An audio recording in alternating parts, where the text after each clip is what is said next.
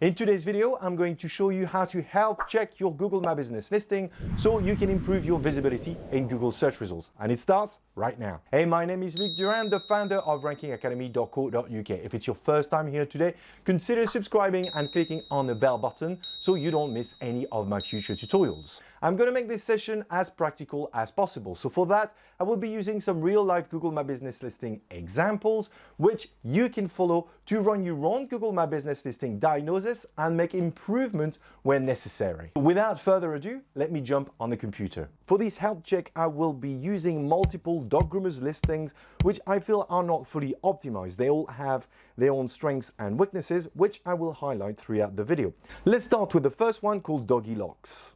So whenever I review a listing, I initially focus on the top tier of the panel first, and more specifically the most prominent element, the cover photo. This is typically the first image that visitors will see and the one that will make the biggest impression. You want this image to grab the visitor's attention, okay? And to convey what your business is about. In this example, I'd say there is definitely room for improvement as it doesn't really fulfill any of the conditions I have mentioned. Here is an example for another dog groomer which really conveys what this business is about.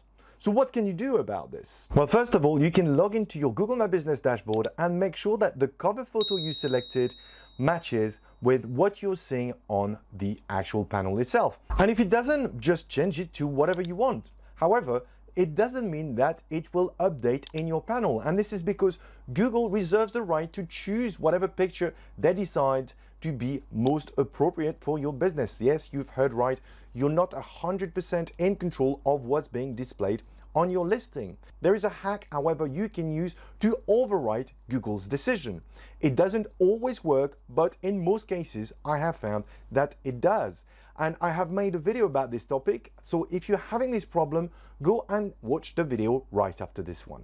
The other aspect I check within the top tier of the panel is whether or not there is a map with a red pin available and a street view component. If there is, it means this business has actually added its physical address in the Google My Business listing details. In this instance, it makes a lot of sense because it's a dog groomer which has a brick and mortar business, as you can see from the street view element. If you don't operate from a brick and mortar location and instead are a service area type of business, i.e. an electrician or plumber, you shouldn't technically add your address within your listing. This is because it's against Google's guideline. You're serving people at their own home. Instead, you need to specify the area in which you actually operate, which will be delimited by a red line on the map, just like in this example. If you still choose to display an address despite being a service area type of business, the risk is that whenever you've got an issue with your listing and try to get in touch with Google, they will not help you out because your listing goes against the Google's guidelines. The other issue is anyone clicking on the street view option from your listing will end up finding out where you live because it is highly likely you've used your home address as the address for your business. The decision is up to you. My recommendation is, generally speaking, to stick to the Google's guidelines. So if you're a service area type of business, do not add an address. If you have a brick and mortar location, obviously add one. Let's move on to the next item. One of the best ways to showcase your business online is to upload photos to your listing. Images showing the type of services or products you offer, mugshots of the members of your team, some of your customers, and more. For authenticity purposes, consider adding images that include your brand, such as signage or on your storefront, or marked vehicles, if you have some, and anything displaying your logo. In this example, although a few pictures have been added to the listing, it seems the last one the owner published dates back to November 2019, which is a shame and a missed opportunity. Don't forget, a big part of the customer decision process will be based on how they perceive your business, so images are key. Post some to your listing regularly. Also, Google will use some of your images in search results too, so the more you add, the more chances of being visible you will be. If you want more information on photos, watch my video for Google My Business Photos Killer Tips. Okay, so we've covered the top tier of your Google My Business listing panel. Let's move down a notch and have a look at the other items right below that, starting with your business name. In its guideline, Google says your name should reflect your business's real-world name as used consistently on your shopfront, website, stationery, and as known to customers. So in this example, you can clearly see this is the case. This listing business name is Doggy Locks, and if I look at the brick and mortar store, you can see it's also called Doggy Locks. So it's pretty safe to say this is completely within the guideline. Let's have a look at another example, which is this one, Dogs Delight Grooming Salon, Chiswick, West London. Based on this, I doubt very much this is actually the name of the business in the real world. And it's easy for me to check. All I need to do is go to the Street View option and bring up their shop or their storefront and look at the name of the business, which is called Dogs Delight. The reason this business is doing this is because the business name of your listing plays a huge part in where you rank on Google search results and on Google Map, and adding keywords as part of that will definitely help you on the way. But this is totally against the guidelines, and therefore I would recommend this business to actually update their name and remove whatever is after the actual name itself. If you are doing this, please be careful, because there's a risk your business might get suspended, or if you get into trouble and you need to get assistance from Google, they will not help you unless your business fits with the guideline. Let's move on to our next item, the website link. As part of your listing, you have the option to add a link to your website, which will appear in the form of a button directly under your business name, right here. Most businesses will use the home page of their website, which makes a lot of sense. However, there are a couple of things that you need to remember. Firstly, there is a strong correlation between the link where your Google My Business listing points to and the ranking of your Google My Business listing in Google search results.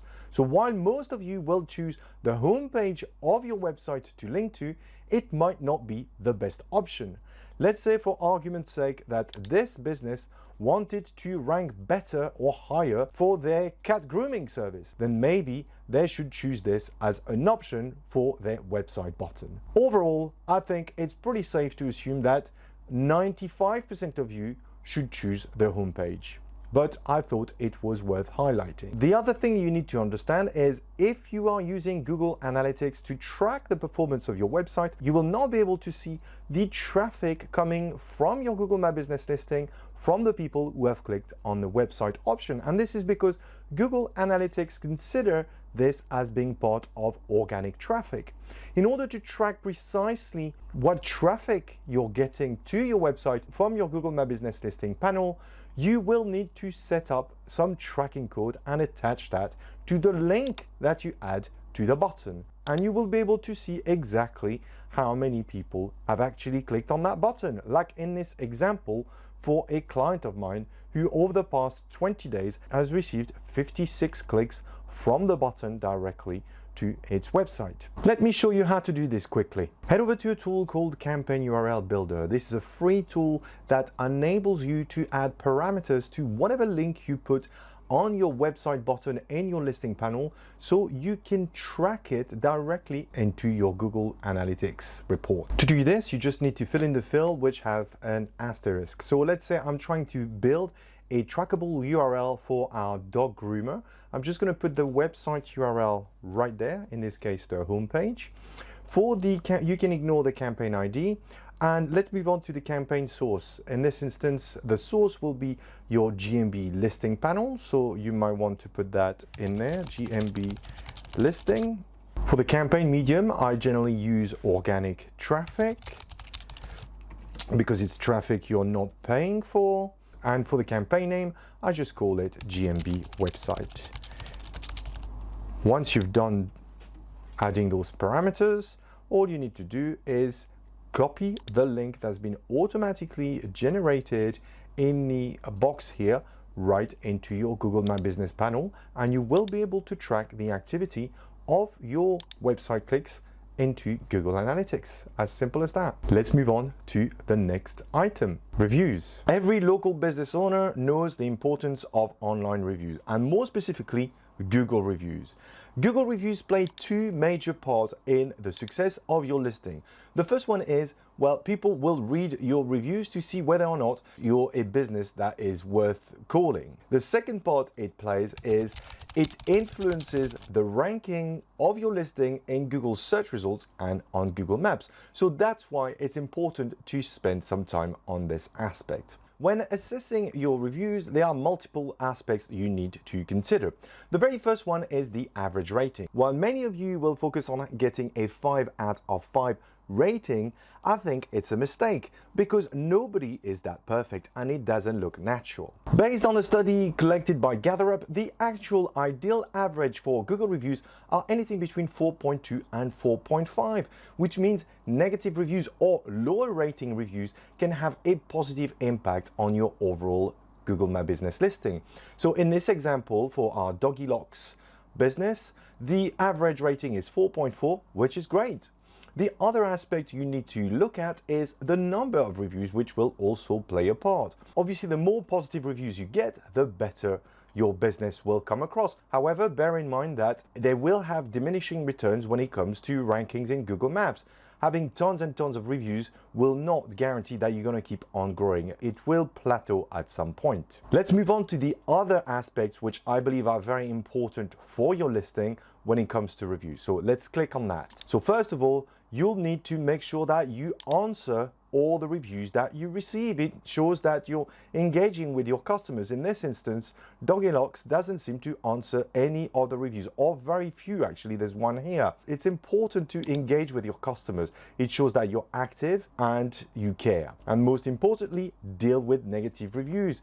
If I look at this example and fetch the negative reviews first, which is what most people will do, I can't see any response to any of them, which tells me the business doesn't care very much. And if I click on the newest, which is the second thing that people will look at, there are all bad reviews. What do you think new visitors will think when they come across this listing?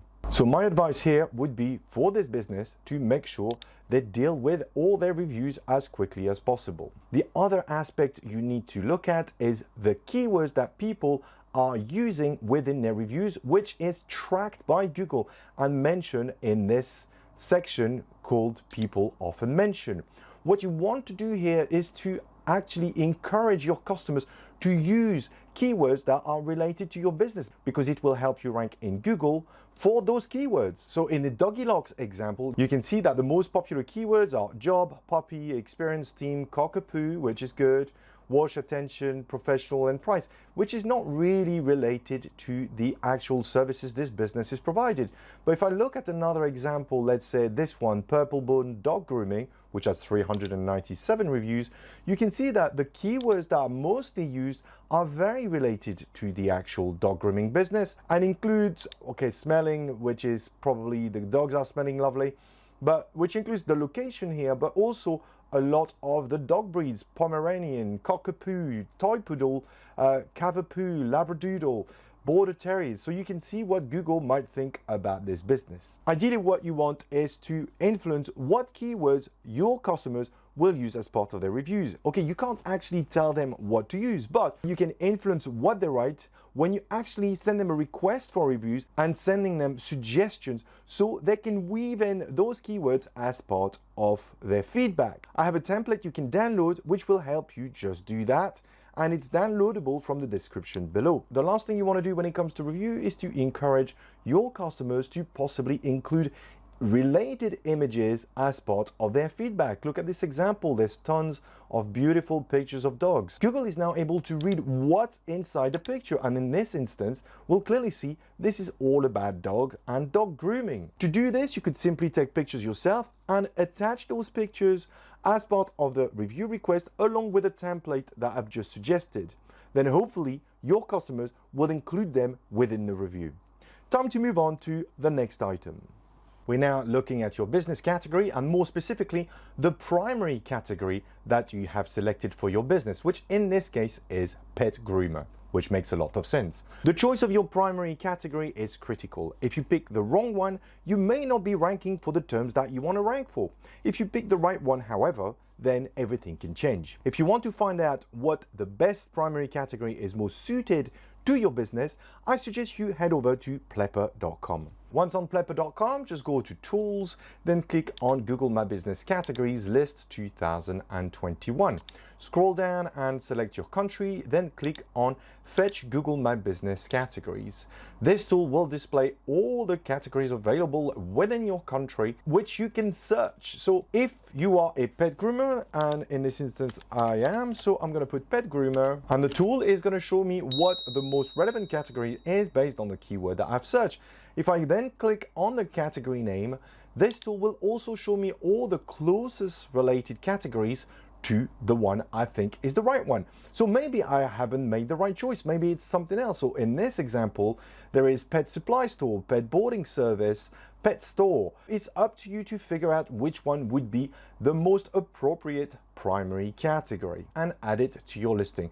In this instance, we're going to stick with pet groomer because it's obviously the most appropriate one. When you add or change your primary category, which sits right under your business name in your Google My Business panel, you may notice that below the primary category, there are other options which are additional categories. These are what are known as secondary categories, and they can be useful if you provide multiple services. For this particular listing, which is a marketing agency, they also added website design, advertising agency, web hosting company, marketing consultant, etc. They might get a chance to rank for these services just because they've added secondary categories. And this is something that you need to do when you check your listing. Have you added secondary categories? And if you haven't, go back to plepper.com and look at the related categories that are listed based on your primary categories. If you offer those services, add them to your list, and then you will get the chance to rank higher for those services. If you're still unsure which primary category or secondary categories you should be using for your listing, the best way of finding out is to spy on your competitors to figure out what they're using. Although Google will only display primary categories for a listing, there's a tool available that will enable you to figure out what secondary categories all your competitors are using. That tool is called GMB Everywhere, and it is an extension that you can actually download on your Google Chrome browser for free, which will reveal all the categories each business has picked. Let me show you. Go to the Google Chrome Web Store and search for an application called GMB Everywhere. Okay, then install that extension directly onto your browser and activate it. Once you've done that, jump to Google Maps and search for a business near you that does the same activity as you. So let's say pet grooming near me, and click on search. You should now see all the categories these businesses are using for their listing. The primary category is highlighted with a star, and the secondary categories are the ones following suit. So for the second results, for example, this guy is using pet groomer as a primary category, but he's also using dog breeder, dog trainer, dog walker, pet sitter, etc. as secondary categories. If you feel that these are related to your business, then use them in your own listing. We're pretty much done with this second part of the Google My Business listing. There's a couple of bits I wanted to point out, which are essentially your logo. Remember to add a logo to your listing. So Doggylocks did their due diligence. However, if I look at this Dogs Delight business, they completely omitted to add one. Your branding matters, and it's free to add, so make sure you add your logo in there. The other thing I wanted to mention is this new item, which is independent reviews on other sites. This new feature just started popping up on certain listings about a month ago, and essentially it's Google mentioning the fact that your business has been reviewed on other sites outside of Google My Business listing. It's unclear where Google is getting the number of reviews from, but since it's automatically generated, I wouldn't worry too much about it. I suppose it's a nice to have. If you wanted to get that included in your business, you should consider listing your business on third-party review site. I've just made a video about this, which is called Your Google Reviews Are Not Enough. So if you're interested in finding out a little bit more, I suggest you watch it. Okay, so I've now covered the top two tier of the listing. Let's look at what sits below. In this example, the first information that comes up is the located in label, which tells me that the Doggy Locks business is actually located inside another business. This is something I normally see for a shop that is in a shopping mall, which I find quite strange. I am not sure if this is the case, but if I was to speak to the business owner, I would make sure this is accurate. If you are a service area type of business, you will see a label called Areas Served, which summarizes the area in which you operate. Click on it to make sure they are all accurate. Verify the rest of the information about your business is correct, such as your address, your opening hours, that there's a phone number in there. This is obviously super important. You may see another label called Know This Place. This is a way for Google to ask for further information from users in general about your business. Click on the link and answer the various questions Google may ask you. This will help provide further accurate information. In this instance, it seems like Google has got doubts about whether or not this is a multiple business type of organization or if it's a business inside another one. This is a nice way of influencing the information Google will be publishing about your business within your panel. So the next item on this listing we should be talking about is questions and answers, right? But not so fast. Let me show you why by having a look at another dog groomer listing, the Purple Bone Dog Grooming. You see anything different? There is a list of product right in the panel along with images and description. And you can actually scroll through an entire list of products. And if I click on it, it gives me more information about the product itself. This also comes with a category section, which gives this listing way more prominence whenever someone comes across it. If you don't have any products set up in your listing, please go ahead and set them up. And by the way, you don't have to sell products. It also works for service area type of business. Here is an example with this electrician. And finally, for those of you who really want a flashy listing, you can also add animated images. I'm not going to tell you how this is done now because it would take too long, but I've made a video on how to do this. It's a quick hack and it really makes your listing pop out. If you want to go ahead and add some products to your listing, log into your Google My Business panel, head over to the product section and add them from there. Within your panel, some of you will also have the option to create services. Unlike products, services will not show up on your business listing panel on desktop. However, you will see those options on mobile. So if it is available to you, by all means, add services. Time to move on to the next item, this time the questions and answers. Anyone can ask a question about your business using the Ask a Question option, and anyone can answer those questions. You obviously don't want to have any random rubbish questions posted on your listing, and ideally you want to preempt any questions some of your customers may have about you. So the idea here is to actually post your own question and also answer them.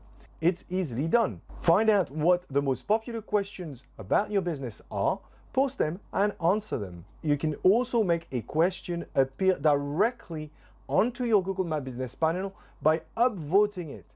The question that gets at least 3 upvotes will be the questions that will show up in your panel, giving an answer to the most popular question visitors might want to ask. If you haven't posted any questions on your panel yet, go ahead and do it. If you continue scrolling down your listing, you will see that the next item is reviews from the web, which pull information from third-party review sites directly onto your listing. You have very little influence on this apart from making sure your reviews on those sites are top drawer, otherwise it may damage your reputation. The review snippets are also directly inserted in your listing and you have a very little influence on that. So the next item you actually can control is the description of your business. And here, Doggy Locks have certainly added a couple of lines.